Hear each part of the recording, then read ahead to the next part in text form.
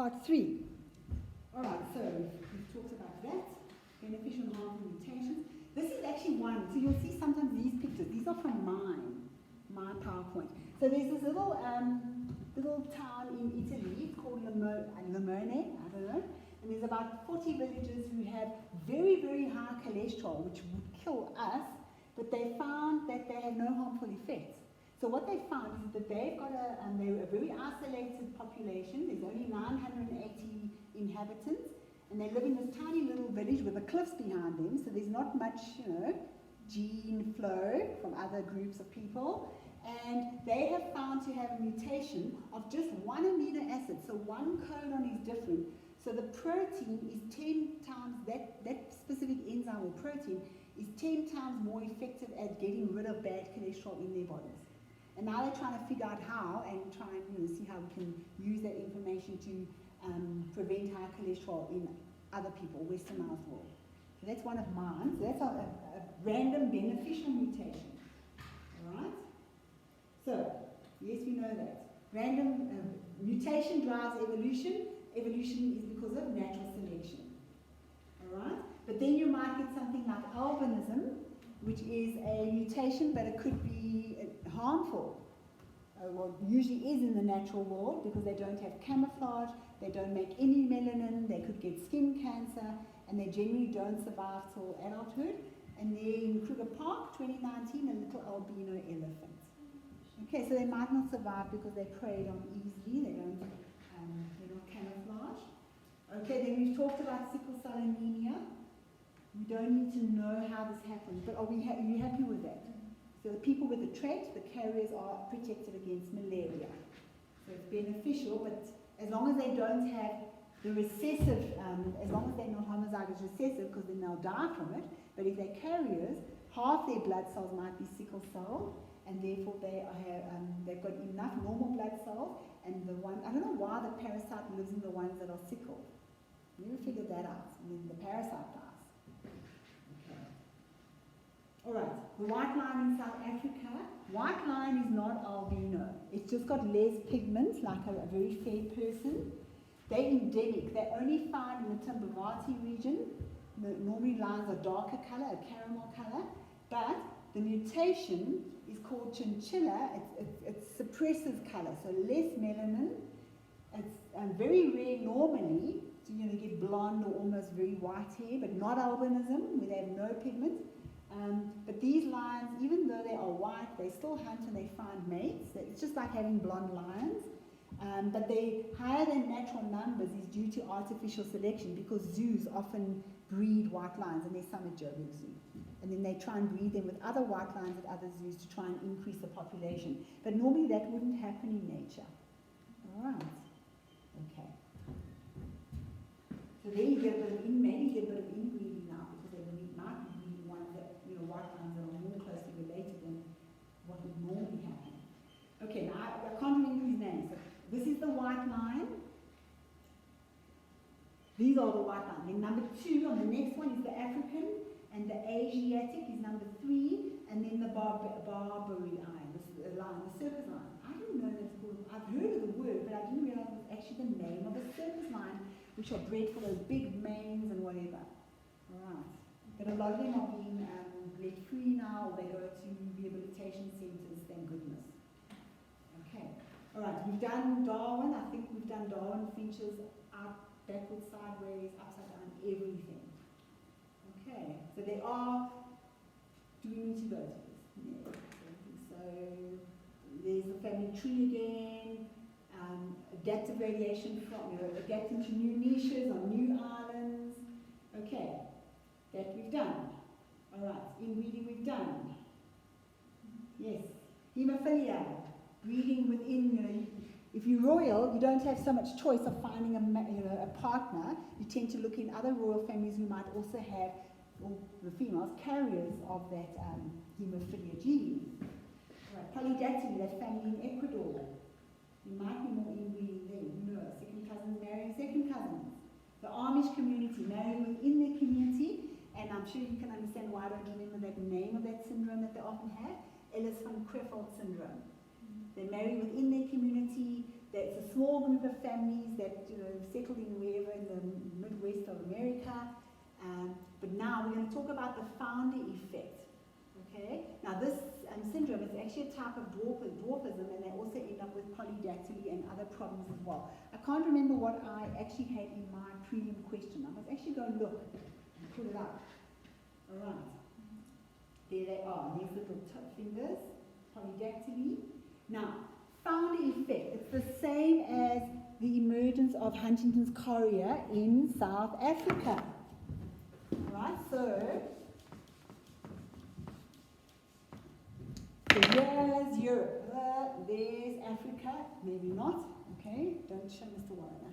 Alright, so here's Holland, and then a small group of Dutch people came to South Africa, and it was one couple that both had, or no, one couple, it's a dominant gene, so I don't know who, mom or dad, had the Huntington's gene, and then it became more and more common because it's a dominant gene as well. So this is called the founder effect. All right? Founder means find a new population or make a new population elsewhere. So the group, the very small group that left Holland, where there were lots of people, that very small group had to have, some of those people happened to have the dominant gene. And then can you see how it became more common? Okay, the dominant gene for Huntington's chorea. Because there was less hybrid vigor. There was a higher percentage of that dominant gene in this little group that came to South Africa than there would be in the original normal population in Holland, where there's lots of Hollanders. Okay, so that's the founder effect. A small group with less genetic variation breeding, and then you end up with more of them having that disorder. Okay? A new colony started by fused members of the original population. Okay, still taking. Means that they may have reduced genetic variation, right? And then non-random. Whatever genes came with those people, so more of them had Huntington's chorea, the dominant gene. Random, they weren't chosen, it's just random. There it is. That's a picture from mine. So in Holland, there were lots of people with different genes, but the small group that came to South Africa ended up having the dominant gene and passing it on. Not all of them, but some of them. Okay? There's another diagram. So there's the original population. So if a little population broke off and inhabited South America, maybe randomly more of those genes are present, red ones, or half and half, red and blue, or only blue. It depends, it's random. Which group breaks away and goes and colonizes a new area? Founder, from large big to little small with less variation. Okay. We're going to watch this, it's so cute. It's a Lego movie. Okay, then there's another thing called genetic bottlenecking. So in other words, these two are talking about reducing genetic variation, which could be a problem. Like the Amish, like Huntington's chorea, and like people with polydactyly, but that family in Ecuador, those families in Ecuador love polydactyly, okay? Because it doesn't harm them, it's not a harmful mutation. In the Amish, there are many other symptoms of that syndrome which are harmful. So genetic bottleneck is easy to see on the picture. Also, when the population size is reduced in both the founder effect and genetic bottlenecking, but by different ways. Founder effect, a small group colonized a new area and they already had less genetic variation. All right. Bottlenecks is when, like, there's a tsunami and many of the organisms are destroyed, that species, and a small group is left behind and maybe more of them have a mutated gene. And then you end up with less variation and maybe more bad effects in the new population. Homozygosity. Okay, genetic drift acts more quickly because a group is broken away and there's less variation, so more of them end up with Huntington's chorea. The Amish community, more of them end up with that funny name disease. Okay, all right. It also reduces variation, but by a lot. Okay, the bottleneck doesn't last for many generations, but in the Amish community, that gene is being passed on. And now in South Africa, I suppose there's less Huntington's chorea because there's more outbreeding, English, Afrikaans, everybody. Okay. All right, so this is a genetic bottleneck. So in the original population, there's lots of variation. Then, for whatever reason, there's a dramatic disturbance, and only a few survive. So now you've got less variation. Maybe there's a tsunami, or I'm going to show you some examples now. The penguins. So there was lots, 1,000 years ago. What penguins are there? I should have had that here. But there was lots of genetic diversity.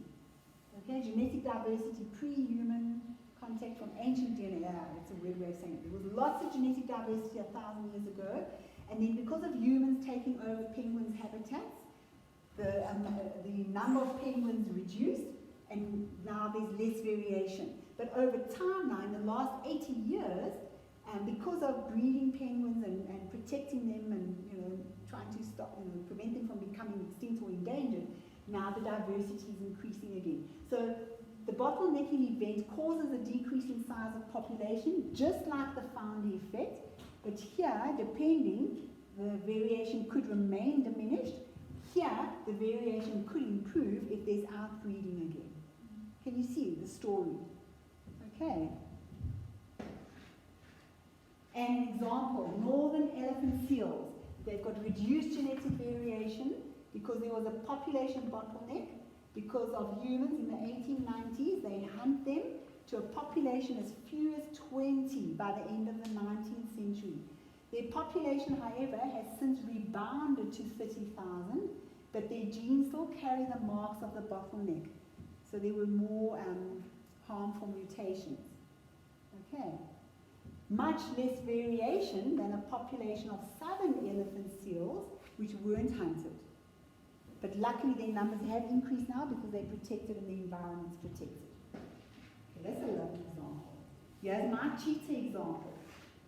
Okay, so cheetahs, they appear to have experienced at least 2 genetic bottlenecks. They, even though cheetahs look so beautiful and modern, they basically say that they should have died out, become extinct during the last ice age. But when I look at them, they're so fast and whatever, they say no, they should have died out.